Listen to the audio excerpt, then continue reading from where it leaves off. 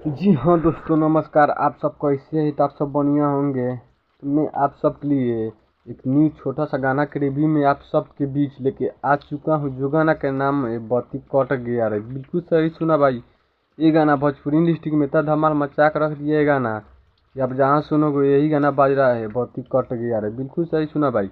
ये गाना खेसारी लाल यादव का गाना है, बत्ती कट गया रे। और उनके साथ में जो गाई है लेडीज की आवाज़ में शिल्पी राज है, वो जो शिल्पी राज गाती है उसका तो लाजवाब।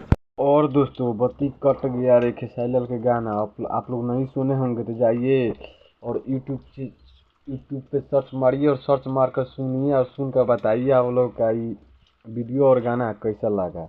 और दोस्तों, वीडियो में खेसारी लाल भी आपको नज़र आ सकते हैं।